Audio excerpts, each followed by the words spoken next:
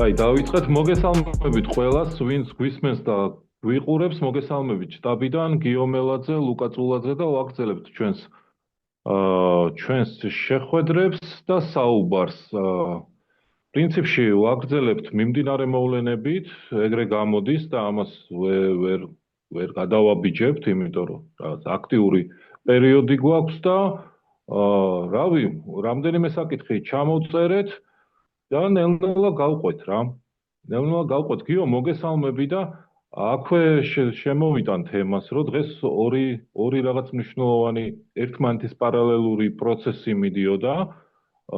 ერთ-ერთი იყო აი ყაველაშვილის ინაუგურაცია და მეორე სალომე ზურაბიშვილის გადავარქვა, არც ვიცი, გამოსვლა. თითქოს მიტინგი და შეკრება უნდა ყოფილიყო, მაგრამ საბოლოოდ გამოვიდა სასახლის დატოვება. რამაც პრინციპში ბევრი გაუგებრობაც და უკმაყოფილებაც გამოიწვია და რაღაცნაირად საპროტესტო განწყობების მქონე ადამიანები რაღაც ორ ნაწილად გაიყო, თითქოს ერთი ნაწილი ამართლებდა ნაბიჯს და მეორე ნაწილი არა და იქნებ ამაზე ზღირდეს საუბარი და რაღაცნაირად ჩვენი შეფასება, ჩვენი აზრის გამოთქმა, როგორც ჩვენ გონია რომ სწორიან, არასწორიან, საერთოდ რას გვაძლევთ, იმიტომ რომ პოსტფაქტუმ არის ეს ყველაფერი და ჩვენ აი შესაძლებლობა გვაქვს, რომ აი ამის შემდეგ რა მოხდება და რა საშუალებები იხსნება, ამაზეც ვილაპარაკოთ იქ. ეგ არის, მოგესალმები კიდევ ერთხელ. რავი, რას ელოდი შენ თვითონ და რა შეგხვდა, რა გამოვიდა? მოგესალმები, ჩვენს მენელსაც მივესალმები და აქვე შევახსენებ, რომ თუ აქამდე არ მოგიწონებიათ ჩვენი არხი, subscribe-ს დააჭირეთ, გამოიწერეთ, ვიყურეთ და ჩვენც უფრო მეტი ხალისით გავაკეთებთ ჩვენს საქმეს. ძალიან მნიშვნელოვანი დღე არის. მე მგონი მართლა ყოველდღე ისტორია იწერება. რა ვიცი, ამას ნამდვილად არანაირი გადაჭარბებით შეფასება ეს არ იქნება. მე ზოგადად მაქვს ხოლმე ძალიან ბევრი ემოციური შეფასებას და შეიძლება ხშირად რაღაცა ამ ემოციით შორდები ხოლმე რაღაც რეალობას, მაგრამ მე მგონი რომ ეს მართლა არის ისტორია, რომელშიც ძალიან მნიშვნელოვანი ისტორია, რომელიც ბევრ რამეს განაპირობებს საქართველოს როგორც ინსტიტუციისთვის, სახელმწიფოსთვის, ისე ჩვენი ცხოვრებისთვის, თითოეული მისი მოქალაქის და რაღაცნაირად ცოტა ეს ნაწილი მე მგონი ცოტა დაგვეკარგა კიდე სხვათა შორის ამ ქაოსში, რომელიც შეიქმნა ოცნების მიერ არჩევნების გაყალბების შემდეგ, მერე ევროკავშირის ჩახსნის შემდეგ, რასაც უკვე მოყვა ეს სახალხო პროტესტი. აი, მოდი მე მგონი აი ამ თვალსაზრისით უნდა შევხედოთ. მე უფრო ადამიანური კუთხით შევეცდებოდი დღევანდელი დღისთვის, ასე ვთქვათ, რაღაც შეფასების მიცემას რა, იმიტომ რომ ძალიან მნიშვნელოვანია გვესმოდეს, როგორ ძალას უპირისპირდებით, ამაზე ჩვენ სულ ლაპარაკობთ. და დღეს ცხადია, ნათელია, რომ ჩვენ უპირისპირდებით რუსულ ძალას, მათ შორის აი ბოლოს პოლიციის მაღალ ჩინოსანი, რომელიც გავიდა საქართველოდან და მანამდე ინტერვიუ ჩაწერა და მერე კიდევ გერმანულ ბილდს მისცა ინტერვიუ პირდაპირ ამბობს, რომ რუსული ბრძანებები იმართება პროცესები რა. ასე რომ ეს ძალიან მნიშვნელოვანია, ჩვენ მოვნიშნეთ უკვე ის წერტილი, რომელზეც თუნდაც ჩვენ პოდკასტშიც არაერთხელ გვითხოვს, რომ ჩვენ გვაქვს ეჭვი, ძალიან დასაბუთებული ვარაუდი და გონივრული, ასე ვთქვათ, ეჭვი, რომ ყველაფერი რაც კეთდება, ეს არ არის ადგილობრივი წარმომავლობის რა. ეს არის იმპორტირებული და კონკრეტულად რუსეთიდან იმპორტირებული, იმდენად გავს ხელწერა, აი ეს დაუნდობელი ეს კავშირის გაწყვეტა თემთან, საზოგადოებასთან, გადაწყვეტილებები, რომელიც მოწყვეტილია რეალობას, ჩვენს ერთობას, ხო, რაღაც აი სახელმწიფოს მოქალაქეს შორის კავშირი ამ გადაწყვეტილებებში არ იკითხება. ეს არის რაღაცა კლანის მიერ ძალაუფლების უხეშად მიტაცების ძალიან ესეთი თავხედური პოლიტიკა, რომელსაც ჩვენ თვალს ვადევნებთ და ჩვენ სულ ამბობდით, რომ ეს არ არის რა ადგილობრივი რა, იმიტომ რომ პატარა საზოგადოებაში ამას ვერ გაბედავს ადგილობრივი ტიპი, რომელსაც უნდა ამ ქვეყანაში ცხოვრების გაგრძელება და რომელსაც უნდა ერთ დღეს გაიხადოს ეს პიჯაკი, თუ რა ვიცი რაღაც ფორმა, გამოვიდეს და ქუჩაში ვიღაცასთან გაიაროს, გამარჯობა უთხრას, მაღაზიაში წავიდეს, რაღაცა იყიდოს. ეს დადასტურდა. რუსულ ძალასთან გვაქვს საქმე, ხო? აი ამ თვალსაზრისით, ამ ბრუტალურ ძალას შეუძლია ძალიან ბევრი ბოროტების ჩადენა. თუ ეს რუსული ძალაა, მაშინ რუსულ ძალას შეუძლია ძალიან ბევრი ბოროტების ჩადენა და მე ამ გადმოსახედიდან სალომე ზურაბიშვილის დღევანდელ ნაბიჯს უფრო გავამართლებდი, ვიდრე გავამტყუნებდი რა, იმიტომ რომ კი არ არის სასიამოვნო, როდესაც არის რაღაც მოლოდინები, მაგრამ მეორეს მხრივ ეს მოლოდინები ჩემი აზრით ცოტა გადაჭარბებული იყო, რაც კონკრეტულად შენობის შენარჩუნებასთან იყო დაკავშირებული, ხო? და ცოტა წონაც ზედმეტი გქონდა შეიძლება ჩადებული ყველას, ვისაც გვინდოდა, რომ აი ამ შენობის გარშემო რაღაც პროცესი განვითარებულიყო, იმიტომ რომ საბოლოო ჯამში ჩვენ ვანიჭებთ წონებს. ყველა მოვლენას, ხო, ყველა ნაბიჯს, ყველა გადაწყვეტილებას და აი ეს წონაც უნდა მივანიჭოთ თუ არა ერთ შენობას, რომ მის გარშემო უნდა მოხდეს თუ არა ძალის კონცენტრირება. აი ეს ჩემთვის მნიშვნელოვანი, ასე თქვა, კითხვა იყო რა, რომელზეც მე მაგალითად ვთვლით, რომ თუ ჩვენ ვლაპარაკობთ გრძელვადიან ბრძოლის სტრატეგიაზე, არ უნდა შევქმნათ ისეთი ჩიხები, რომელშიც დავმარცხდებით. აი ამ მაგალითად შენობის შენარჩუნებაში ჩვენ შეიძლებოდა რაღაცა ბრუტალურ სამხედრო ძალასთან დავმარცხებულიყავით და გქონოდა მსხვერპლი, რაღაცა დრო გაგვეწია ეს პროცესი, თქვათ, რაღაცა დრო ეს პროცესი შეგვენარჩუნებინა, მაგრამ გქონოდა ადამიანური მსხვერპლი და გქონოდა მსხვერპლი ბევრი თვალსაზრისით, რა, დაპატიმრებულები, გატაცებულები და ასე შემდეგ და ნუ საბოლოო ჯამში ნუ ერთი შენობა რაღაცა და არ ვიცი, შეიძლება რაღაცა ერთ კვირაში იქნებოდა თუ ორ კვირაში თუ სამ კვირაში, ნუ ეს შენობაც შეიძლება დამთავრებულიყო რა. ბევრი გზა არსებობს იმისა, როგორ შეიძლება სახელმწიფო მთელი რესურსის კონცენტრაციით ერთი შენობა დაამთავროს. და ეს უფრო წაგების სიმბოლოდ ქცეულიყო, ვიდრე ბრძოლის სიმბოლოდ. то მე მან უფრო მაგ პოზიციაზე ვარ, რომ მე მგონი დღევანდელი ასე თქვა ფორმა ბრძოლის გაგრძელების ქუჩაში შენობის მიღმა უფრო კარგია, ვიდრე ცუდი, უბრალოდ შეიძლება ბევრთან ერთად მეც არ მომეწონა ის ფორმა, როგორც მოხდა ამ იდეის წარდგენა, ცუდი ქართულით, ცოტა ცუდად დაგეგმილი კომუნიკაციით, არ ვიცი, რაღაცნაირი მერე ქორეოგრაფიით, რომელსაც პრინციპში ну არც ქონდა ესეთი დიდად აი სურპრიზს უმზადებთ რაღაცა ქოცებს ასე ვთქვათ მოლოდინს არამართლებთან შეიძლება ეს ცოტა უფრო უკეთ მოემზადებინა იმას ვინც ეს გააკეთა კონკრეტულად არ ვიცი პრეზიდენტის ოფისი ამზადებდა თუ თვითონ ამზადებდა ამას მაგრამ არსით ამ გადაწყვეტილებას მე უფრო დავეთანხმები ვიდრე არა ხო მე ამ შემთხვევაში შენ გეთანხმები და მეც დავინახე რამდენიმე პრობლემა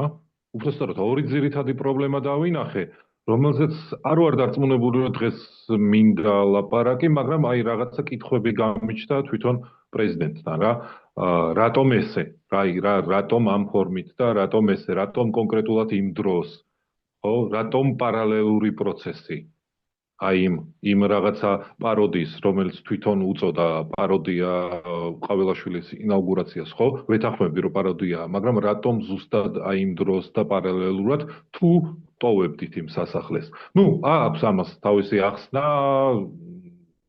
ვიცი, მესმის, მაგრამ ნუ აი ეს შეგრძნება მაქვს. ზოგადად გეთანხმები იმაში, რომ ეს შენობა არის უბრალოდ შენობა. და ის ხდება სასახლე, თუ მას ვანიჭებთ ამ სასახლის რაღაც სიმბოლოს. ის ხდება ბრძოლის ველი, თუ ჩვენ ვაქცევთ მას ბრძოლის ველად. და როგორც ბრძოლის ველი არის სუდი ადგილი. ანუ თუ უნდა შევარჩიოთ რაღაც ადგილი, სადაც მოწინააღმდეგეს შერკინება გაუმართოთ, ან ბოლო სუიციდური შეტევა წამოვიწყოთ, ან ასე შემდეგ, ეს არის ყველაზე ცუდი ადგილი. იმიტომ რომ ჩვენი უპირატესობა არის ის, რომ ვართ ბევრნი და ვართ ყველგან და არ ვართ არასდროს ერთ წერტილში, სადაც შეუძლია მოწინააღმდეგეს გაგვანადგუროს. ანუ ყველგან ვართ, ვიღაც ამბობდა, იყავი როგორც წყალი, ანუ ხარ და თან როცა გინდა არ ხარ და გაიჟონები და მეორე მხრიდან შემოდიხარ, ხო?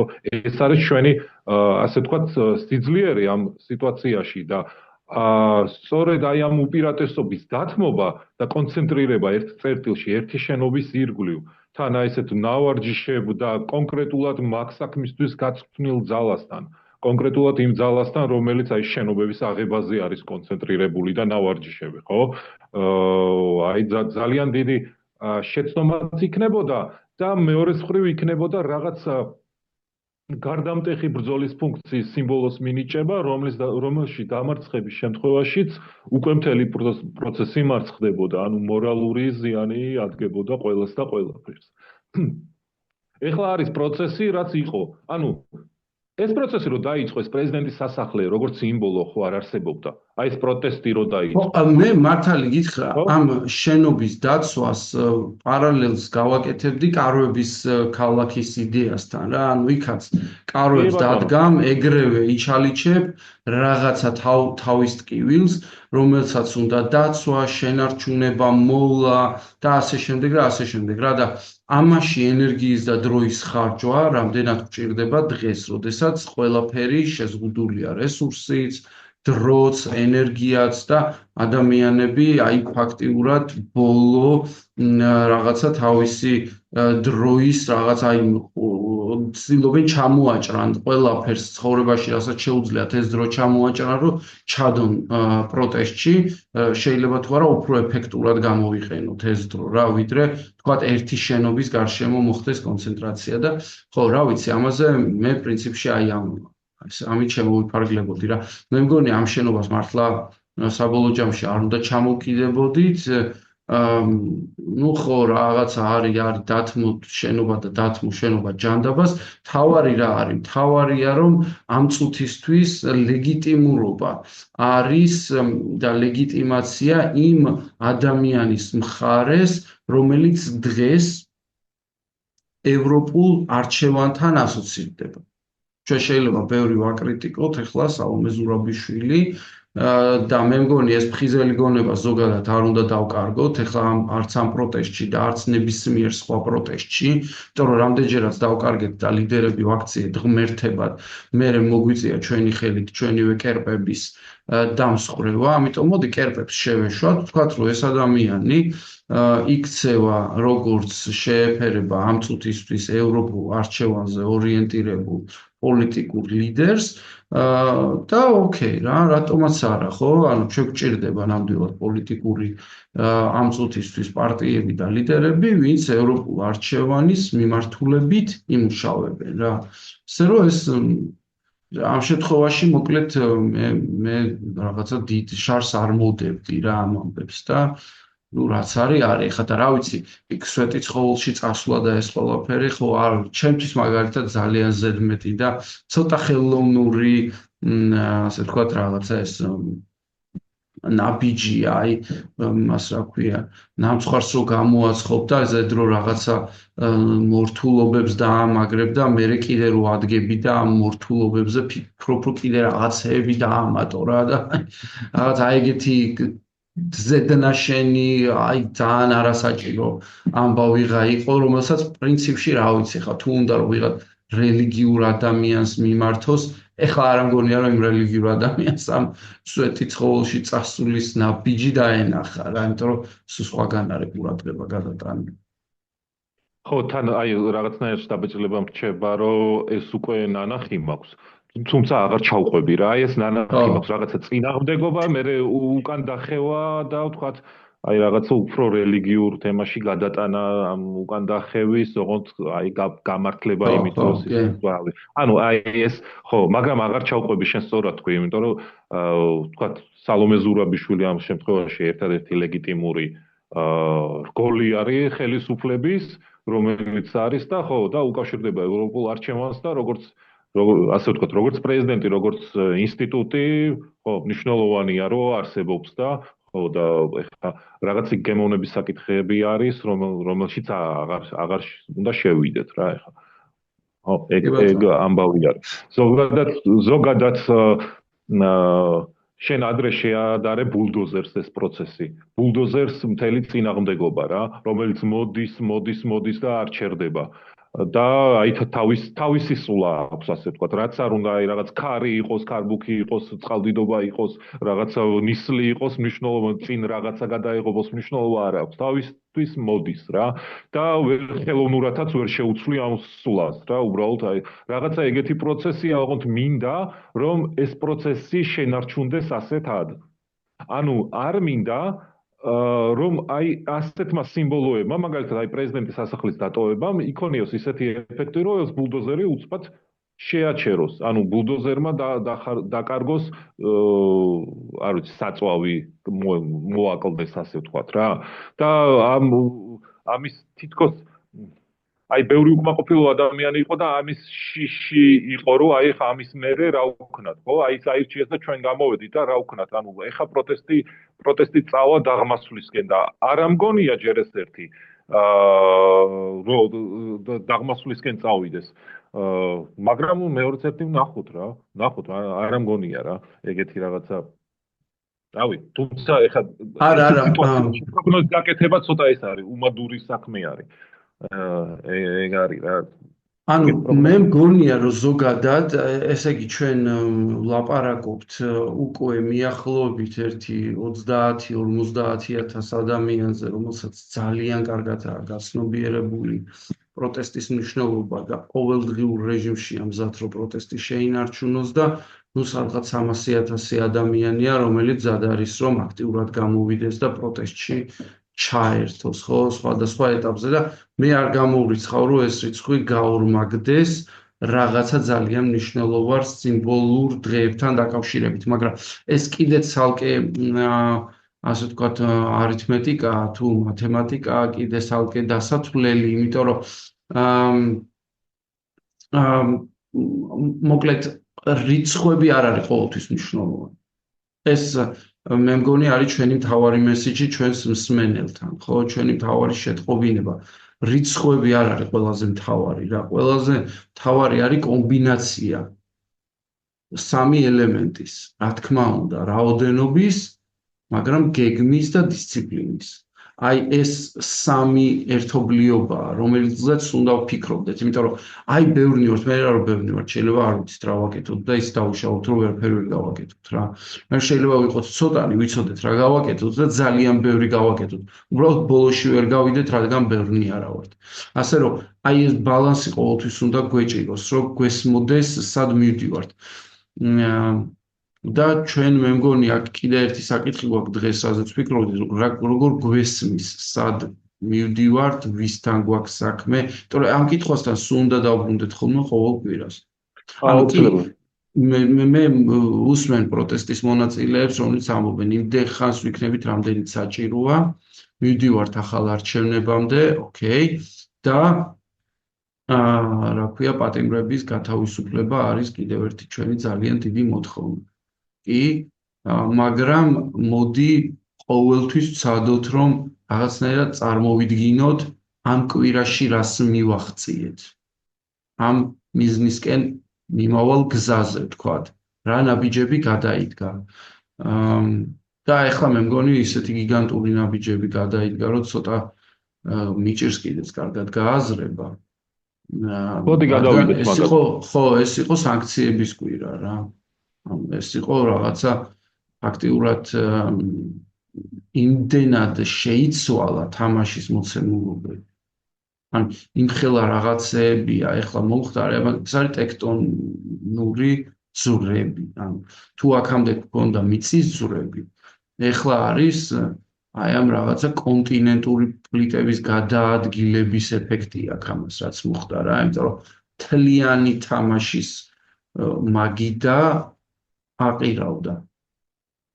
ასე იგი, მთელი ამდენი წელი ქოცები წარმატებით ყიდდნენ თავის თავს როგორც მეორე დასავლეთის ნაწილს. აი რაღაც ორი დასავლეთი არსებობს. ერთი გლობალური ომის პარტიაო და მეორე ჩვენა ვართო რა და აი ჩვენ იმ ჯგუფში ვართო და მეორეშიო. და ეხა ჩაირთო ისეთი ძრავი, ისეთი რა ვიცი, არ მინდა ისეთი რთული სიტყვები თქვა, მაგრამ ფაქტიურად ხორცსაკები, პოლიტიკური ხორცსაკები ჩაირთო, იმიტომ რომ სანქციებში მოხვედრილი ვერასდროს ვეღარ ბრუნდება უკან. ანუ რეალურ სივრცეში ეს ესეთი ამბავია, ეს ისტორიული ამბავია და ეს სანქციები შეეხო მაგალითად ჯაშუშებს, FSB-ს ჯაშუშებს, შეეხოთ მოსამართლეებს, შეეხოთ უკვე ესე იგი აი ძალოვანი კიდევ დამატებით უწყებების თანამშრომლებს, პოლიციას და უკვე მთავრობის წევრებამდეა მისული, ივანიშვილს პირდაპირ შეეხო როგორც საპატიო თავმჯდომარეს, ხო, მაგრამ ფაქტობრივ მმართველს რა. აქ უკვე ძნელია იმაზე ლაპარაკი, რომ ისინი რაიმე ტიპის დასავლეთის წევრები არიან.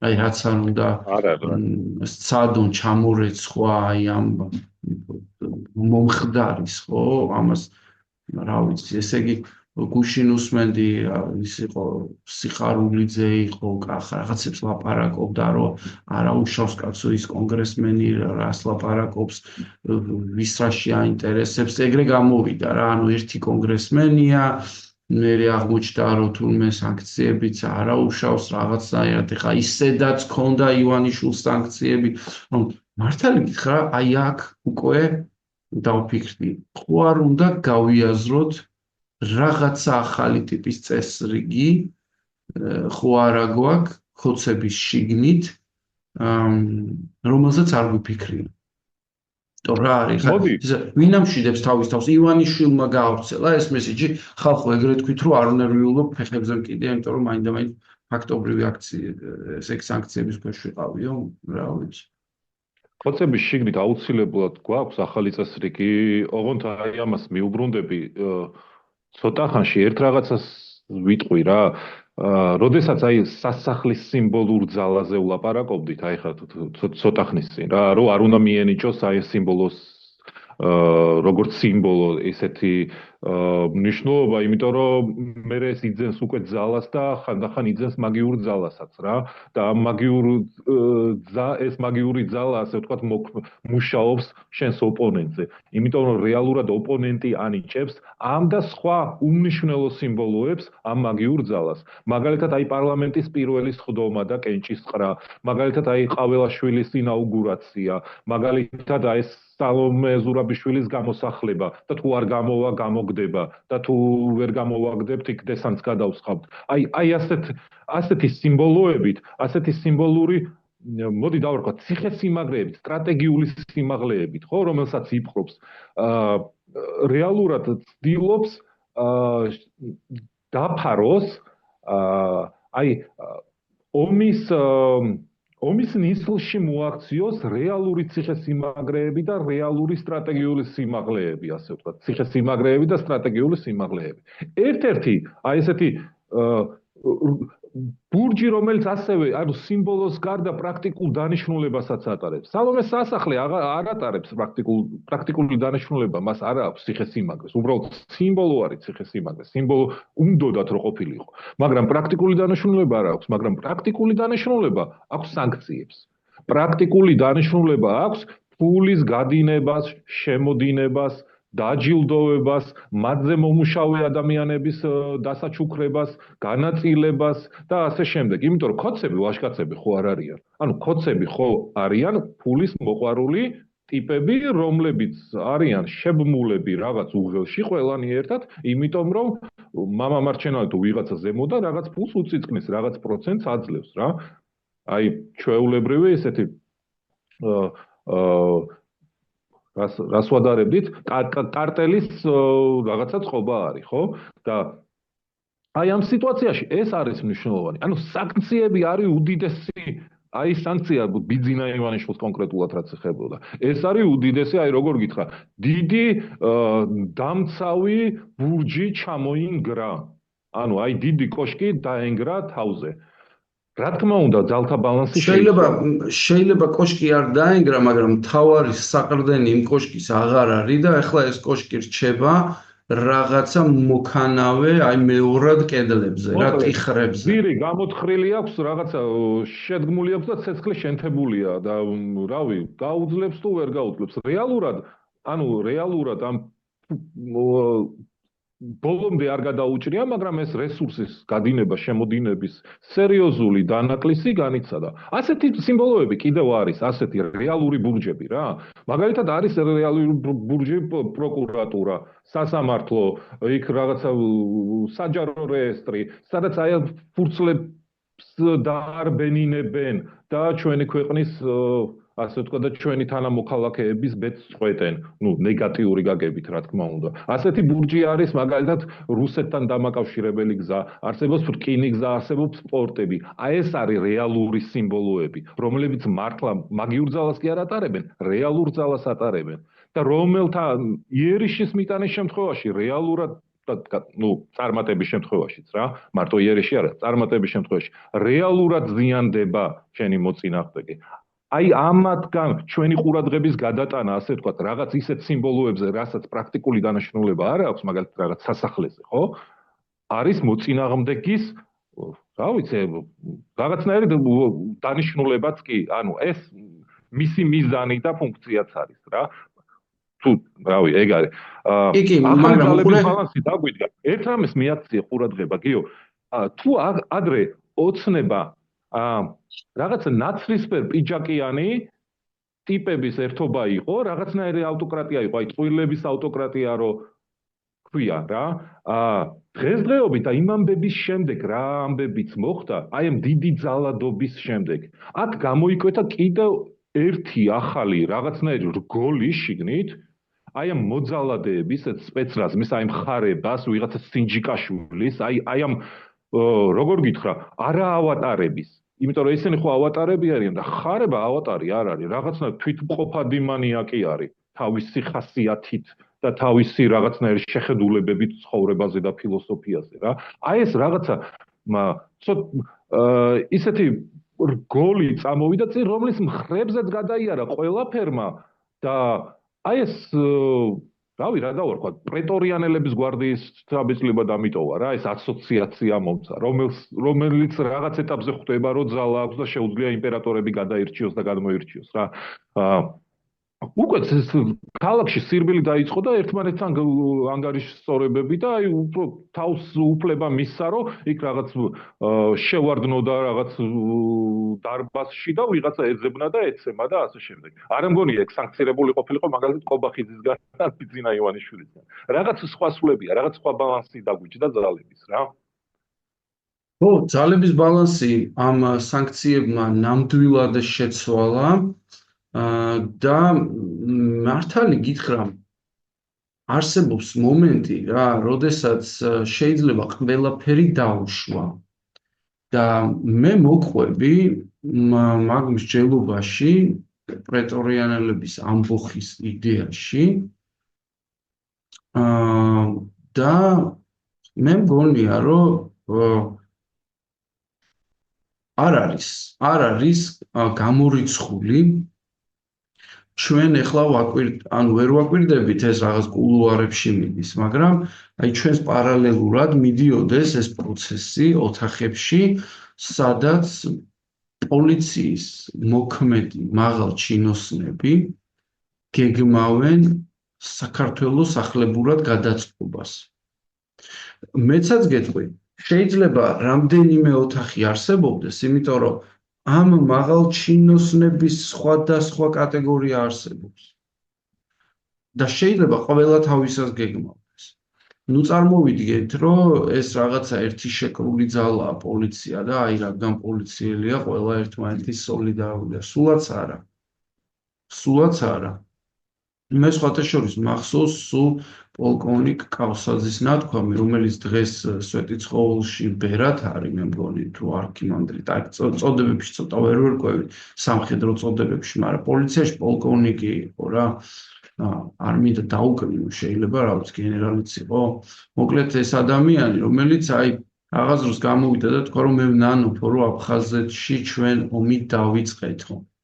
პოლიციამ ესე თქვა რა. და იქ ესეთი შთაბეჭდილება გამიჩნდა, რომ აი ამათ რაღაცა ბრძანება ხო არ ქონდათ მიცემული კგბ-დან, რუსეთიდან წამოსული, რომ იქ უნდა აერიათ და ესეთი რაღაც გამოვიდა, ესე ამბობდა თითქოს, რომ ჩვენ არ უნდა დაგვეწყო და მე ჩერდება ამ ინტერვიუში და მე სხვა რაღაცებზე გადადის, მაგრამ ჩვენ არ გამოვიწყოთ, რომ რამდენიმე ოთახია. რომელშიც ხა მიდის ამ პროცესების გააზრება, იმიტომ რომ მაგარი სერიოზული პროცესები ეს ბიზნესს ურტყავს. ადამიანებმა ისწავლეს და სწავლობენ ყოველ შემთხვევაში ბიზნესის კეთებას, ხო? რას ნიშნავს? ბიზნესი ნიშნავს, რომ მემკვიდრეობას ტოვებ, რაღაც საქმეს ტოვებ. ანუ მთელი იდეა რა არის ესეთი სუფრაზე მოხარშული მთავარი იდეა, ხო? რომ მემკვიდრეები გრჩება, შვილები, შვილიშვილები და აი სულ ესეთი ამბავი მე ჩემი შვილებისთვის მინდა, ჩემთვის კი არ მინდა და მე ეს მორალური გამართლებაა იმის, რომ რაღაცას სიპარავან, რაღაცა ტენდერს აკეთებ, რა ვიცი, აი. ეგეთქვია, რომ კი ძმაო, როგორ არის, ცადე კაცო, მეც რო ვიყო, მეც ვცდიდი. ხო და ეგრე არის. ეხლა ეს სანქციების იდეა აი ამ მთავარ არგუმენტს ურტყამს რა, იმიტომ რომ კი შეიძლება ეხლა ერთი თვე, ორი თვე კიდე რაღაც ამუშაო, მაგრამ აი იმ მთავარ სანქცირებულ ტიპთან საქმეს ვეღარ დაიჭერ. ანუ იმასთან გვერდ ვერ გაივლი. იმიტომ რომ თუ დაიჭირე რამე საქმე, დამთავრებული ამბავია შენი ბიზნესიც, ანუ შეიძლება საბანკო სექტორმა ჩახსნას, შეიძლება კი არა მაღალი ალბათობით არავინ არ მოგეკარება პარტნიორი, ინვესტორი, ანუ დაკარგული ამბავი ხარ რა და ეხლა ბიზნესი ეგრე არ არის, რომ დადგეს და თვითონ ერთმა ოჯახმა, ან ორმა და სამმა რაღაცა გაკაჩოს რა, ესენი რაღაცას გაჩავენ, მე ინვესტორის ფული შემოაქვთ, ხო? აი ეგ აღარ იქნება თუ ახლოს ხარ აი ამ სანქცირებულების ჯგუფთან და ეს სანქცირებულების ჯგუფი ჯერ ჩვენ კიდე კარგად ვერ გაგვიაზრებია რა ჯგუფია. იმიტომ რომ მარტო ივანიშვილს რამდენ კომპანიასთან აქვს მოდება, რომელიც ამ წუთისთვის შეიძლება პირდაპირ არ არის დასანქცირებული. მაგრამ ეს კომპანიები ყველა სანქციის კი არა და უკვე ფაქტიურად მორალურად სანქცირებული კომპანია. ბაზარზე ამ კომპანიებს არავინ არ გაეკარება. თავისუფალ ბაზარზე ამ კომპანიებს არავინ არ გაეკარება. რუსებიც არ გაეკარებიან სხვათა შორის, აი ხა რო იქ აი მაგ მივდიოდი ეხა. ო, არა, რუსებიც არ ჩადებენ. რა უშლის ხელს, მაგალითად კრემლის ერთ-ერთ კოშკურას, რომელიც ვთქვათ ამ საქმით არის დაკავებული, აი იგივე ბიძინა ივანიშვილი, რომელიც უკვე სანქცირებულია და რომელსაც უკვე ავტორიტეტი აღარ აქვს და რომელიც უკვე ფულებს ვეღარ გასცემს და რომელიც ჯიბეთაც აღარ გამოდგება მთლაც, იმიტომ რომ აი მის ჯიბეში გავლილი ფული უკვე სანქცირებული ფულია რა და ისე კარგად აღარ გადის და გამოდის რა, რომ გვერდზე მიწიოს და მაგალითად აქცენტი გააკეთოს ვიღაცა სინჯიკაშვილზე, ან ხარებაზე, ან კიდე ვიღაცა სხვაზე. ანუ ვერ გეტყვი, მე არ ვიცი, რამდენი დრო ჭირდება სისტემას იმისთვის, რომ სასურველი მანჯურიელი კანდიდატის შექმნას, ხო? მანჯურიელი კანდიდატის გამოზრდა. მაიჩიონ ახალი იმპერატორი. ხო, არა, ეგრე მარტივი არ არის. ეგრე მარტივი არ არის, უნდა ენდო. იმიტომ რომ ძალიან დიდ ძალაუფლებას აძლევ, ხელმოწერის უფლებას აძლევ და ვიღაცას უნდა ენდო, აი ეს პოლიციელიც, რომელიც ახლა წასულია სხვა შორის ინტერვიუში ერთ ადგილზე ამბობს, არც ამდენად ყურადღება მიექცი, რომ მე უთხარიო, რომ მე ყველაფერში მოყვებოდითო და უკან არაფერზე დამიხევიაო რა, მაგრამ ნუ აი ამას არ გავაკეთებ. ანუ ეს იდეა, რომ ვიღაცები ერთმანეთს მიყვებიან ყველაფერში და უკან არ იხევენ, ხო, ეს რა დროში გამოცდილი ამბავი უნდა იყოს რა, ეხლა მოგვეწონა ვიღაცა ტიპი და აი რაღაცა ეს იქნება ეს იყოს, ეგრე არ არის, ანუ უნდა სისტემას გადახარშული უნდა ყავდეს ეს ტიპი რა და არ ვიცი, ამდენად ესე სწრაფად შეძლებენ ერთმანეთში ჩანაცვლებებს, ვიღაც ახლის გამოძებნას, მოკლედ ეხლა ყველაფერი ძალიან ნაადრევია, სულ რაღაცა გუში ხდება. ხელს იგივე ბიძინა ივანიშვილის ეჭვებს, რომ აი უკვე გვერდზე ხო არა ვარ გაწეული. არა, ბიძინა ივანიშვილი ახლა ძალიან რთული ამბები არის სინამდვილეში, იქ თუ ხტუხებს რაღაცნაირი კვაბი.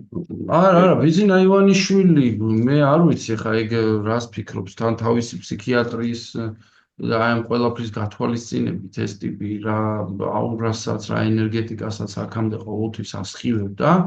მე არ ვიცი ეგ ტიპი საერთოდ სად არის, რა სივრცეში არსებობს. ეხლა ერთი რამე რაც მოდის მათგან, რომ აი დაველოდოთ ეხლა ნახე იანვარში ყველაფერი შეიცვლება, ესენი მიდის ეს პარტია მიდის ძალაუფლებიდან და ამას ტოვებს, მაგრამ ეს შეიცვლება. ანუ მათ თავში ჯერ კიდე არსებობს, ასე ვთქვათ, რაღაცა სცენარი, როცა ეს საქციები გაუქმდება, მათ სადღაც ამერიკაში და ევროპაში დაუძახებენ, რაღაც შეხვედრებზე მიიწვევენ. მე არ ვიცი, ანუ აქ ძალიან საშიში სიტუაციაა, ეს ფსიქიატრიული მომენტია რა, როცა სცენარია.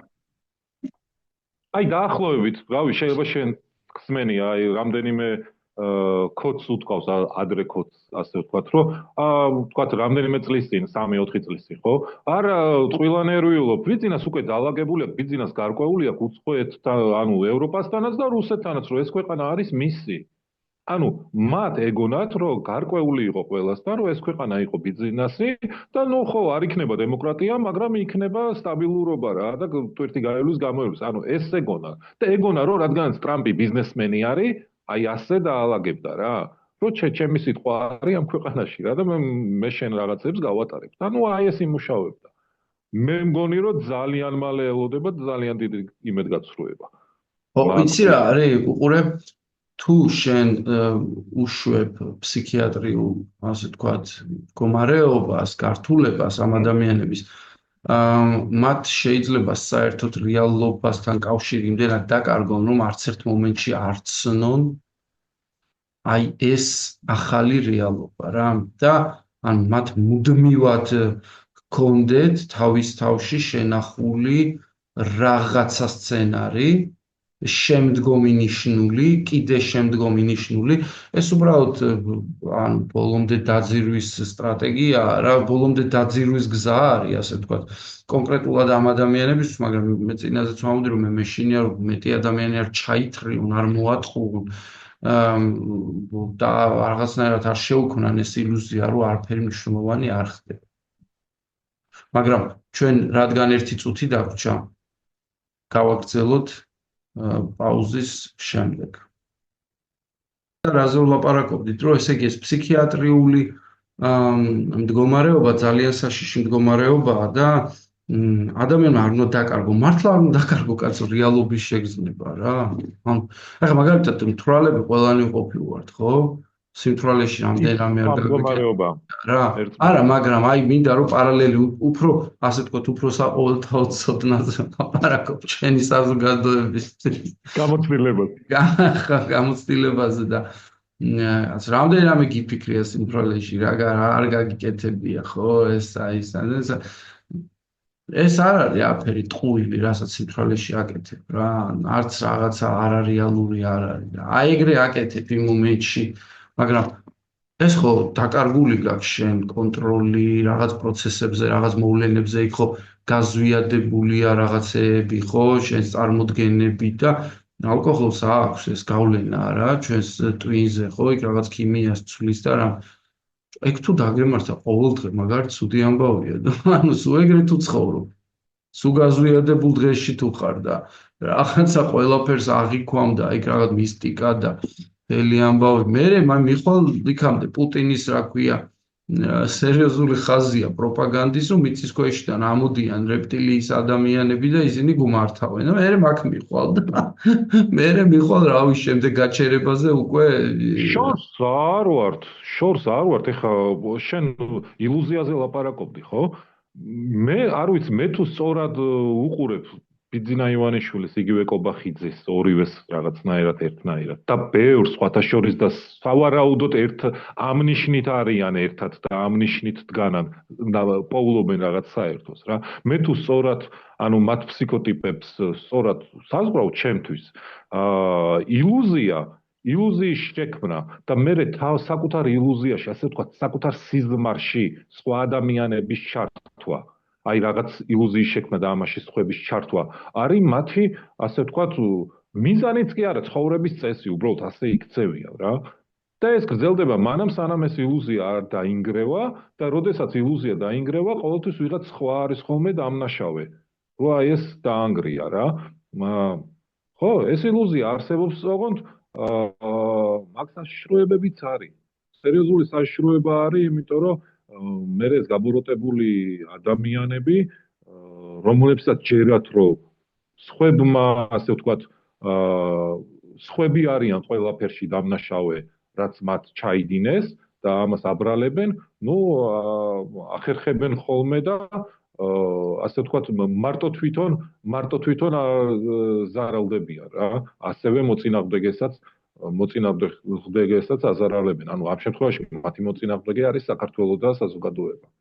ჩვენ ზარავდებით ყველა ვარიანტში, მაგრამ ნუ მაინც აი მაგარ ჩემას აკეთებს. კი, მაგრამ აი მართლა მე ხლა მართლა უკვე ანუ ერთი ამდენიმე რამეში საბოლოოდ დავწმუნდი იმაში, რომ მოსკოვი იღებს გადაწყვეტილებებს და აქ ეს მთავრობა არის სრული სატელიტი, ანუ სულ მეგონა და ვიტოვებდი იმის რაღაცა რესურსს ყოველ შემთხვევაში სივრცეს მეფიქრა, რომ იცი რა, აი ესენი მართლა რაღაცა მედიაციას ცდილობდნენ ვითომ და აი ცდილობდნენ თავის სივრცის შენარჩუნ არა თურმე აღმოჩნდა ჩვენ არ აქვს უკვე მთავრობა და ყავს რაღაცა გამხმოვანებლები, ასე ვთქვათ, რუსული გადაწყვეტილებების.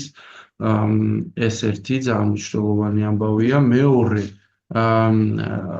აი ახლა რაღაცნაირად მგონია, რომ ეს პოლიციური, ასე ვთქვათ, ელემენტი იწყებს გააქტიურებას, მუშაობას, რომ თავი გადაირჩინოს და კაცმა არ იცის რა გადაწყვეტილებას მოხარშავს. ამიტომ რომ ჯერ ერთი მათი თვალთახედვა როგორია, ხო? აი ფიქრობ ხოლმე როგორ ტიპებზე, იცი, აი მაგალითად შენგელი ფიცხელაური, რომელიც ერთი პერიოდი სუსის შეფად დანიშნეს რა და პირველი რაც გააკეთა ის რომ დახურა ბარდელები გლდანში თუ გახსოვს და ბოდიშები რომ მოახდევინა ბარდელის ადმინისტრატორებს რომ ჩვენ ძალიან ცუდად ვიქცეოდით და მორჩა აღარ ვამუშავებთ ამას რა და აი რაღაცა ეგეთი ტიპები მგონია რომ ერთი ნაწილია ვინც გადაწყვეტილებებს მიიღებენ და რას მიიღებენ მე არ ვიცი ვერ ხვდები მეორე ტიპები არიან აი რაღაცა ეს ხარებას მსგავსი ტიპები რომელიც ამ წუთისთვის არიან დასანქცირებულები და ეგენი ანუ რაღაცნაირად უკვე ფაქტიურ ბრძოლაში არიან გადასული ყბელას წინააღმდეგ ეს ტიპები ეს შეიძლება ამ ტიპებმა მოიხმარონ ეს მთელი შენი ამფეტამინები და ყველაფერი რომ არ დააგდონ ხოდი ენერგია არ დაუვარდეთ იმიტომ რომ აი უნდა მიაწვლენ აი სადაწვებიან რასაწვებიან მაგას მნიშვნელობა არ აქვს რა ხო აი ხარს რო გააგდებ არენაზე და ეს ხარი დარბის და იმისთვის მნიშვნელობა არ აქვს რა რაც მოძრაობს ყველაფერს დაეჯახება აი მეორე ჯგუფი რაღაცა ეგეთია მესამე ჯგუფი შეიძლება იყოს კიდე უკვე აი ბიზნესებში ჩართული ტიპები რომელიც ცდილობენ რომ გამოვიდნენ ამ პოლიციური სივრციდან და ახალ ტიპებად გარდაიქმნან დასავლურები იყვნენ შვილები ყავდეთ რაღაცა ევროპულ ქალაქებში რაღაც სახლებს ყიდულობები ბინები აქვთ რაღაცა და ესეთი აი ამ ბიზნესმენ ტიპებთან აი ტენდერის ტიპები რო არიან მაგათთან ერთად ძალიან ბევრი ფული აქვს ნაშოვნი რა ანუ აი ვიღაც მაგრამ ტიპებს აქვს ძალიან ბევრი ძალიან ბევრი ფული ნაშოვნი, სადღაც აუ ლონდონში დიდი ბინა ვერ ამაქვს, რაღაცა ოროთახიანი ვიყიდე, რაღაცა და ანუ აქ ლაპარაკია რომ ტიპებს აქვს ძალიან ბევრს მილიონები ნაშოვნი. წვრილფეხა ხოცებსაც, გიო, წვრილფეხა კი, ხოცებსაც კი, ამის არ დანახო, არ შეიძლება, იმიტომ რომ ეს ტიპები ამ რესურსს, ასე ვთქვათ, ეხლა სხედან და ფიქრობენ, რომ რა ხდება, ეს რესურსი რა არის, რაც მე ვიშოვე. ანუ ეს ფული როგორ საწავიღო, რანაირად წავიღო, ეხლა საქართველოში ჩავკეტო, იმაში როსტოვში ჩავაინვესტირო, რა ვიცი, რაღაცაში, იმიტომ რომ მე მგონია, რომ ყველაზე უგუნურიც კი ხვდება, რომ ყველაზე უგუნურის გეგმაც იყო საბოლოო ჯამში რაღაც ევროპაში ინვესტირება, ამერიკაში ინვესტირება და იქ გადაყვანა ოჯახის რა. იმიტომ რომ სადაც სტაბილურობაა, სადაც დაცულობაა, ხო, ეხლა რა ვიცი, რუსეთში ბიზნესის დაწყება ვის გაუგია. თან დღეს, ხო, რა ვიცი, ან გუშინ გამოუვალი მდგომარეობა რო არ ყოფილიყო, იქ რა წაიყვანდა ხალხს რა. სხვაგან რო შეძლებოდა წასულ, სხვაგან წავიდა. ასე რომ ეგ ძალიან მნიშვნელოვანი ამბავი, რომ ესენი ყველანი ფიქრობენ, ეს მეორე მოცემულობა რა ვქნათ. და აი მე მგონი კიდე ერთი ამბავი არის, რაც არ ვიცი, ამ ძალთა ბალანსში უნდა გვესმოდეს, რომ ეს რაღაცა, ასე ვთქვათ, ირაციონალური, უკვე რეალობისგან მოწყვეტილი გადაწყვეტილებები პოლიტიკურ ელიტაში. და უკვე ასე ვთქვათ, ეჭვი ამ ელიტის მიმართ, რომ აი ესენი ვინ არიან. იმიტომ რომ მთელი სისტემა როგორ არის მოწყობილი ავტორიტარული სისტემები რა, შენი საქმე აკეთე, არ გიკითხება არავინ, შენ ზემოთ ვიღას აკეთებს. და უცბად აღმოჩნდა, რომ იქ რაღაცა ვერ ხდება და ჩვენ აქ ვიჭებო რას ვაკეთებთ, ხო არის? ანუ ვისი მე და თუ ართ. აი ეგ მოიშალა ეხლა მე მგონი მთელი ასე ვთქვათ ეს ოცნების გუმბათი ვის იმედად ვამტვრევთ ძვლებში ხალხს, ვის იმედად ვამტვრევთ ძვლებში ხალხს და ფულსაც ისინი შოულობენ, რაღაცა პიჯაკები აცვიათ, რაღაც კანონებს წერენ, მერე შელოცვებივით ბუტბუტებენ, ეს ფურცლები დააქვთ კაბინეტიდან კაბინეტში, კაბინეტებიდან კაბინეტებში, რაღაცებს ინტრიგნობენ და ციხეში ჩვენ უნდა ჩავჯდეთ სპეცრაზმელები, ხარებები, სინჯიკაშვილები და ვიღაცეები და იქ ობახიძე და კიდევ რა ვიცი, რავი, ვიღაცეები მოკლედ ეს ავატარებმა უნდა მოხსნან ყველაზე დიდი ფულები და ჩაიდონ ჯიბეში და ანუ მთელი ასე ვთქვათ, ხელისუფლება და ძალაუფლება მათი უნდა იყოს და ჩვენ უნდა დავიცოთ. ეს არის, ანუ პრეტორიანელის ლოგიკა ეს არის. და ამის მერე იწყება და მეორეა რომ მოვატყუეს ვარანგების წინააღმდეგ და ასე შემდეგ. და მეორეა მე ძალიან მნიშვნელოვანი ამბავი, რომ იმაში რო არის, რა ქვია, ცარნინასტაიაში ოპა, ეს მეფე არ ყოფილა, ვერ ალაგებს თურმე.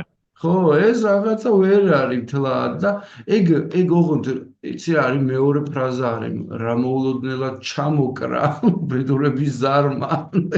კიდე მეორეს უნდა დააკავშიროთ, რომ გააზრების პროცესი ეგრე არ ქონიათ დრო გაიაზრებინათ, რომ თურმე ვერ გაჩავს მაგათი მეფე რა. მაგათ რო ქონოდათ ვთქვათ 1, 2, 3, 4 წელი, ხო, როცა ისინი თანმიმდევრული ნაბიჯებით შეესწებოდნენ ახალი რეალობის შექმნას, რაღაცა სხვას შექმნიდნენ, მაგრამ არაფერი არ შექმნეს.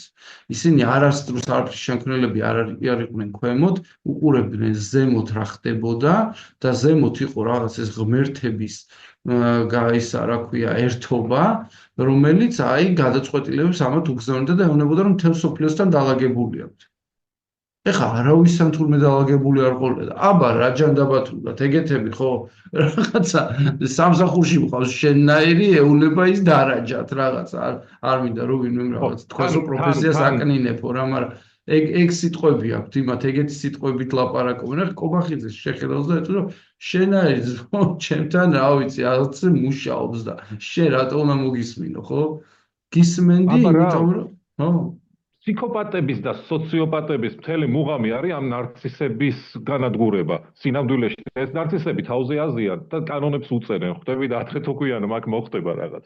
მისმინე, ყაველაშვილზე ადრე ლაპარაკობდით, აი ხა დღეს უყურებდი რა და გამახსენდა რა ნიშნით აერჩიესო ყაველაშვილიო რა ჩვენ ესე მე კითხე და შენ პასუხობდი რომ რაღაც ვერტიკალია ვერტიკალზე მე ავტორიტარიზმის მორჩილება არ არის მხოლოდ ეგ. აი ეხლა ვიტყვი ერთ-ერთ არგუმენტს რა, არ არის მხოლოდ ეგ, სრული მორჩილება, მაგრამ მაგ სრულ მორჩილებაში ყველა სხვა მაგალითად კოცებიდან ანუ უმეტესობა შეიძლება და მოქცეულიყო. ბატონი ყაველაშვილი არის აი რო შეხედო ვიზუალურათაც კი რა, რაღაცნაირი არქეტიპული ქართველი კომუნისტური საბჭოთა ბარელიეფიდან გადმოსული. აი დააკვირდით საბჭოთა ბარელიეფებს და ეს ბარელიეფები ხო არის ის რაც კომუნისტ ადამიანს, უფრო რუს, სლავ ადამიანს წარმოუდგენია როგორი უნდა იყოს და როგორი არის ქართველი. აი ეს არის ყაველაშვილი.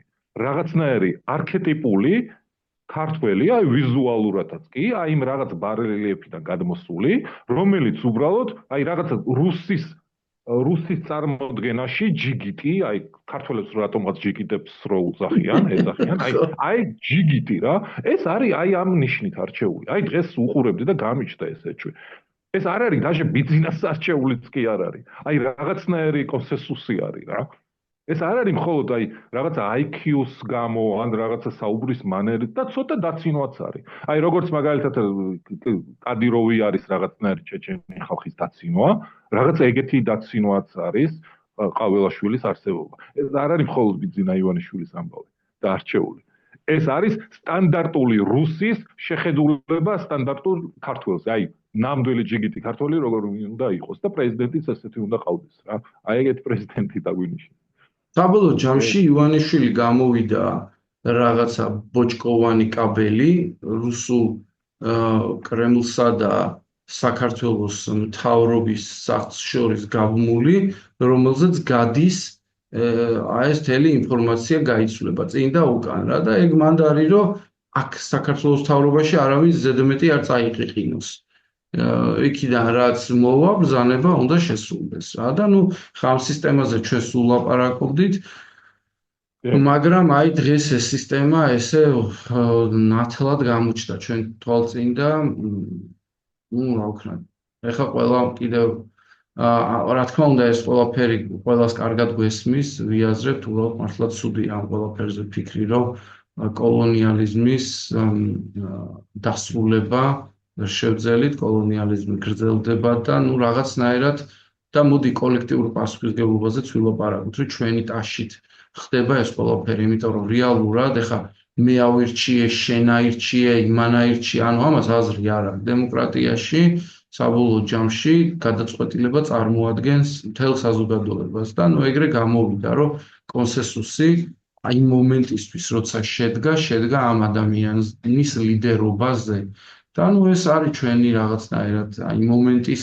ამსახველი იყო და ნუ სამწუხაროა რომ მაგ მომენტში და უნდა ვცადოთ ალბათ ცოტა უფრო მეტი უნდა ვისაუბროთ რომ ეგ მომენტი აღარ დადგეს მაგრამ ეგ ცალკე იყოს მოდი ეხლა ცოტა მომავალზე აი ამ პროტესტის განვითარების გზაზე მომავალზეც ვილაპარაკოთ ხო ვილაპარაკოთ იმიტომ რომ პროტესტი გრძელდება ფანტასტიკური ამბავია ძალიან ფანტასტიკური რაღაც ხდება ეხლა იმ პოლიციელმა კიდე ესეც მნიშვნელოვანი თქვა რომ ხალხო ევროპაშიო სხვა პროტესტიაო რა და აქ რასაც ხედავთ ეს უნიკალური რამეა და მართლა ეგრეა ანუ ერთი თვე ადამიანები დაუღალავად ყოველ დღე გამოდიან ერთმანეთს აჩვენებენ სოლიდარობას, მთავრობის მიმართ გამოხატავენ პროტესტს და ფაქტიურად ეხა რაღაცა ესე ჯიუტად ყოველ დღე იკრიბებიან.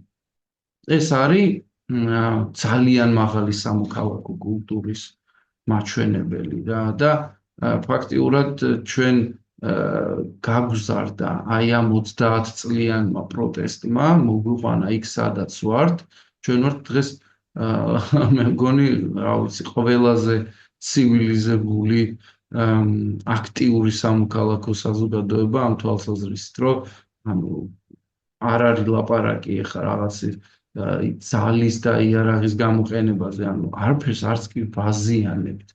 ასე რომ პროტესტი გრძელდება ფანტასტიკურად, აქვს რა თქმა უნდა თავისი მოსახვევები და ეხლა დგას კითხვა, რომ შემდეგი რა უნდა იყოს.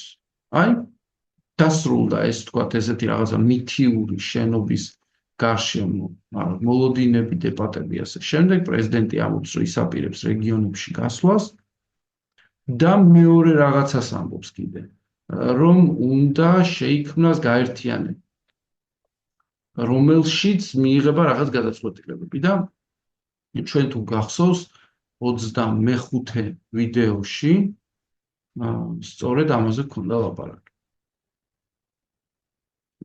და მაშინ ეს იყო ჩვენი მესამე სცენარი, სადაც აი ეროვნული თანხმობის რაღაცა გაერთიანება უნდა შემდგარიყო, სადაც განსხვავებული აზრის მქონე ადამიანები პარალელურ პროცესს დაიწყებდნენ, რა პროცესს, რომელშიც იქნებოდა წარმოდგენილი სხვადასხვა რეგიონი, სხვადასხვა ინტერესთა ჯგუფი და შედგებოდა გარკვეული კონსენსუსები და მიიღებოდა გარკვეული გადაწყვეტილებები, შეთანხმებები. ხო? ეს პროცესი დაიწყო. ძალიან მნიშვნელოვანი პროცესია, მაგრამ აქ ერთი რამე უნდა ითქვას, რომ საქართველოში არის ადამიანების ერთი ჯგუფი, რომელიც ამდენი ხანი ელოდებოდა, რომ პრეზიდენტი გამოუშვებდა სააკაშვილს, გაათავისუფლებდა. ამ მომენტისთვის გათავისუფლებული არ ყავს, დღეიდან, ასე ვთქვათ, კონსტიტუციური ძალაუფლების თუ კონსტიტუციური წესრიგის აღდგენამდე ის გათავისუფლებას ვერ შეძლებს მისას და ბუნებრივია ეს ადამიანები გამოთქვამენ უკმაყოფილებას და არ ვიცი რამდენად შემოვლენ ამ პროცესში.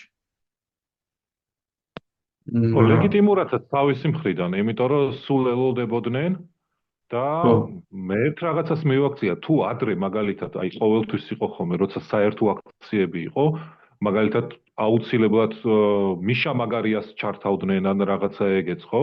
და აი ეს იყო ხოლმე რა, შიგნით აი რაღაცნაირ განხეთქილებასავით, რომ აი ეს რატო ჩართეთ მაგალითად ეს მუსიკა.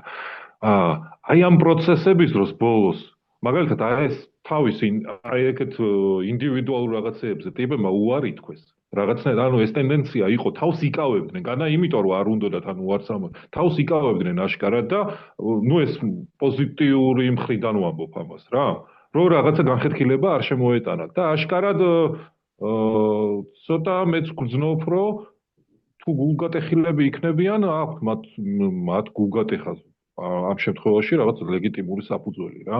იმიტომ რომ მართლა ელოდნენ და ეხა მე როგორც მიშას როგორ გითხრა, რაღაც მაქებრად არ გამოვდგები, ეხა იცი შენ რომ რაღაც ჩემებური რაღაცნაირი დამოკიდებულება მქონდა. მაგრამ მიუხედავად ამისა, მაინც სიმართლე გითხრა, მეც ველოდი რომ აი ეს თუნდაც სიმბოლურად ჩათვლილი იყო, იმიტომ რომ მერე კოცები რაღაცას მოიფიქრებდნენ და ვთქვათ, ციხეში მაინც დატოვებდნენ სავარაუდოდ, მაგრამ რაღაც სიმბოლურის მნიშვნელობა ექნებოდა მის შეწყალებას, როგორც არის გამოშვებას, მცდელობას რა. ჩემი აზრით ეგ სწორი იქნებოდა. აი ხა ეგ პრობლემაა. ხო, არ ვიცი, მართალი გითხრა, მე მგონია რომ ეგ რჩება, ეგ თემა და ეს თემა შეიძლება კიდე წინ დახვდეს ამ პროტესტს და ზოგადად ამ პროცესს, მაგრამ ნუ ნახოთ ჯერ კიდე ეს ყველაფერი როგორ განვითარდება, ეს ამბები. ახლა ერთი არის, რომ ჩვენ უნდა გავაკეთოთ ისეთი რამ, რაც მე ახლა ვერ ვიხსენებ, რომ ვინმეს გაეკეთებინოს. ჩვენ უნდა შევქმნათ ფორუმი, რომელსაც აქვს საერთაშორისო ლეგიტიმურობა და რომელიც კონკრეტულ სუვერენულ საზღვრებს შიგნით უპირისპირდება საერთაშორისო ლეგიტიმაციის არ მქონე რაღაცა დე-ფაქტო მთავრობას. ეს ძალიან რთული პროცესია, მთელი თავისი სტრუქტურით, მოწყობით, ენერგეტიკით, რესურსებით, რაც მას ჭირდება მაგრამ რაღაცნაირად უნდა აღმოვაჩინოთ ეს პროცესი. ეს პროცესი უნდა აღმოვაჩინოთ რა. იმიტომ რომ ეხლა მართალი გითხრა, მე ვერანაირ პარალელს მე არ მყოფლის ამის განათლება, რომ პარალელი გავალო რამე მოვლენასთან, რომელიც გაიმეორებდა ამ პროცესს. ეს არ არის არც ჩემო ბატონო რაღაცა ვენესუელა, არც ნიკარაგუა, არაფერი ესეთი, არც ზიმბაბვე, არაფერი ესეთი არ არის ამ ეტაპზე, რაც შეიძლება გარდაიქმნას, ეგ სხვა რამეა. და ეხლა გვიწევს ამ პროცესში ყოფნა და მე მინდა რამდენიმე საშიშროებაზე ვილაპარაკო. იმიტომ რომ შესაძლებლობები სხვა არის და აი საფრთხეები, რაც ემუქრება ამ პროცესს და რაც უკვე შეიმჩნევა. ხო, ერთი მნიშვნელოვანი ეს არის პოლიტიკური პარტიების პროცესიდან გარიყვის მცდელობა. ანუ არიან კონკრეტული ჯგუფები, არიან კონკრეტული ინდივიდები, რომელიც არ იზარებენ, დროს ხარჯავენ და დაუღალავად ცდილობენ, რომ აი რაღაცა მარგინალიზება მოახდინონ პოლიტიკური პარტიების და თქვან, რომ აი მოდი ეს არ გვინდა, პარტიები არ გვინდა, მოდი ეს ყველაფერი რაღაცა ჩვენ ვქნა და ძალიან რომანტიკულად ჟღერს. საფუძველიც აქვს ხოლმე ხშირად მაგას. ანუ იმედგაცრუება და ბევრჯერ რაღაცნაირად ისე გრძნობენ ხოლმე. აქვს საფუძველი, მაგრამ ერთ რამში გეთახმები, რომ აი პოლიტიკური პარტიების გარეშე არ გამოვა საბოლოო პროცესი და საბოლოო შედეგი რა. იცი რა, მაგალითად მე არ მომწონს, როდესაც ბინძურდება გარემო, მაგრამ თვითმფრინავით სარგებლობ. ზუსტად ვიცი, რომ გარემოს აბინძურებს, მაგრამ თვითმფრინავით სარგებლობ რა, იმიტომ რომ ეგ არის ძალიან ეფექტური გზა დღეს გადაადგილების და სხვანაირად ვერ გადალახავ იმ მანძილებს, რომელსაც თვითმფრინავი გადაგალახინებს რა. ამიტომ ჩვენ ყველას გვესმის, რომ რაღაცა შეიძლება არ იყოს ეფექტური, რაღაცა არ იყოს ჩვენთვის მოსაწონი, პირიქით რაღაცა იყოს ძალიან პრობლემებიც და ბევრი მიზეზი უნდა აღმოვაჩინოთ ჩვენი რაღაცები, რატო ხდება ისე, როგორც ხდება და ამას ჭირდება ლაპარაკი ბევრი, მაგრამ პრინციპი, რომ პოლიტიკური პარტიები პროცესთან უნდა გავრიხოთ, არის ძალიან საშიში, არის ძალიან დამაზიანებელი იდეა და აი ამას ყველანაირად უნდა დაუპირისპირდეთ და არ უნდა მივცეთ უფლება, რომ ეს იდეა რაღაცნაირად მოძლიერდეს რა, იმიტომ რომ კი ფრუსტრაცია დიდია და ადვილია ამ დროს დაასხა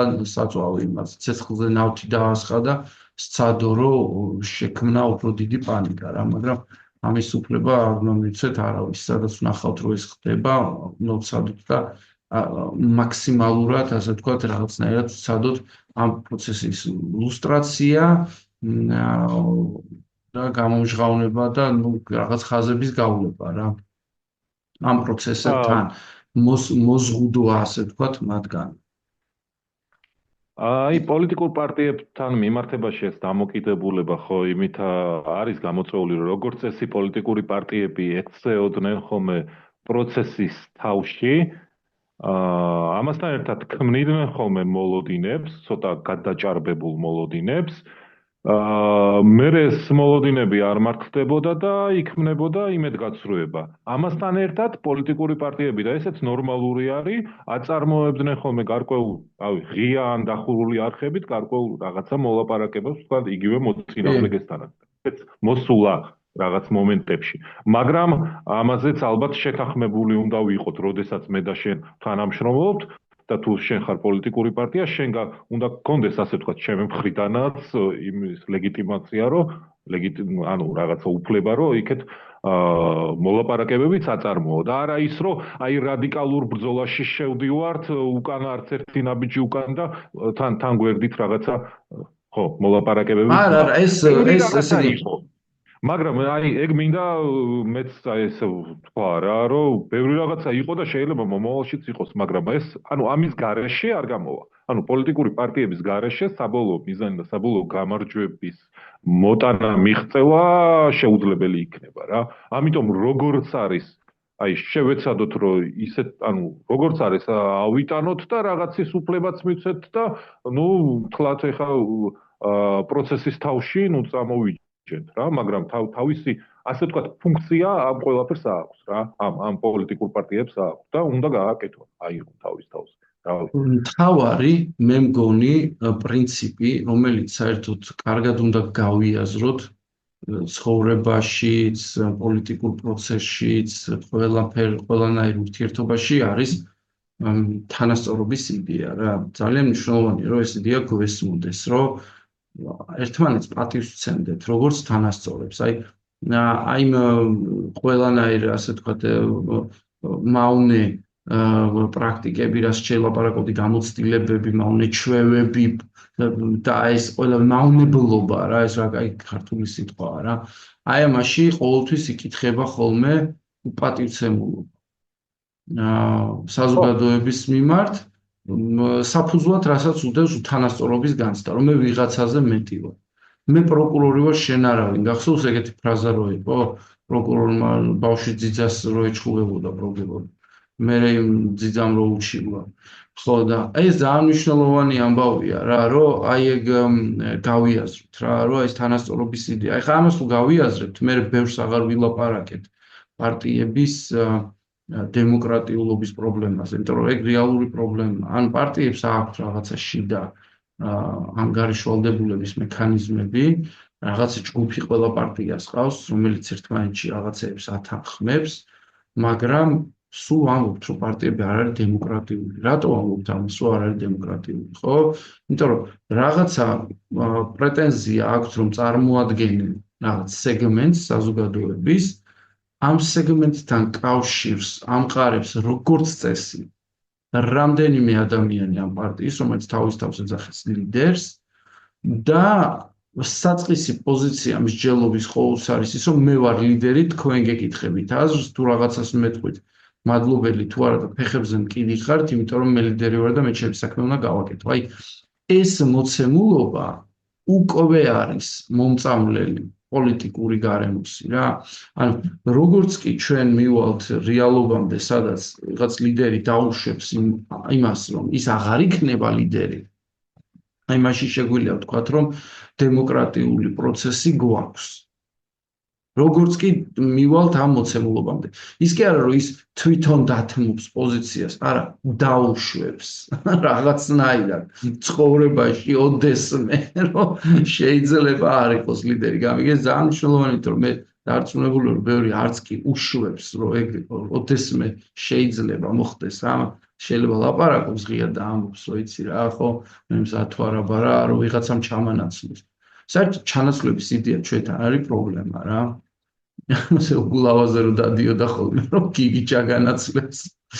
ეგ ჩანაცვლებაზე არ ლაპარაკობ. ზოგადად ჩანაცვლების იდეა არის პრობლემა რა, იმიტომ რომ აი დააკვირდი აბა, ვინ ტოვებს მოსწავლეს თავის საქმეში. აი მე მაგალითად შემიძლია გითხრა, რომ ხელოსნები ტოვებენ. ხელოსნები ნახდად დებენ დროის ინვესტირებას აკეთებენ, ხარჯავენ ენერგიის და თავის ცოდნას გადასცემენ.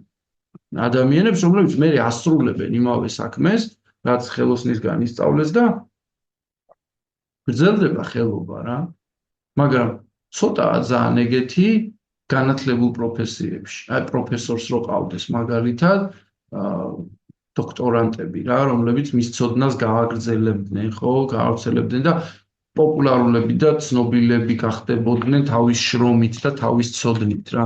ამიტომ ეგ უკვე სკოლის შექმნა, ეგ ნიშნავს, რომ შენ ტიპი ხარ, რომელიც ქმნი უკვე სკოლას და ტრადიციას რა. ეს ძალიან მნიშვნელოვანი ჩავარდნაა, რომელიც ახლა პოლიტიკურ სივრცეში ძალიან უხეშად ჩანს.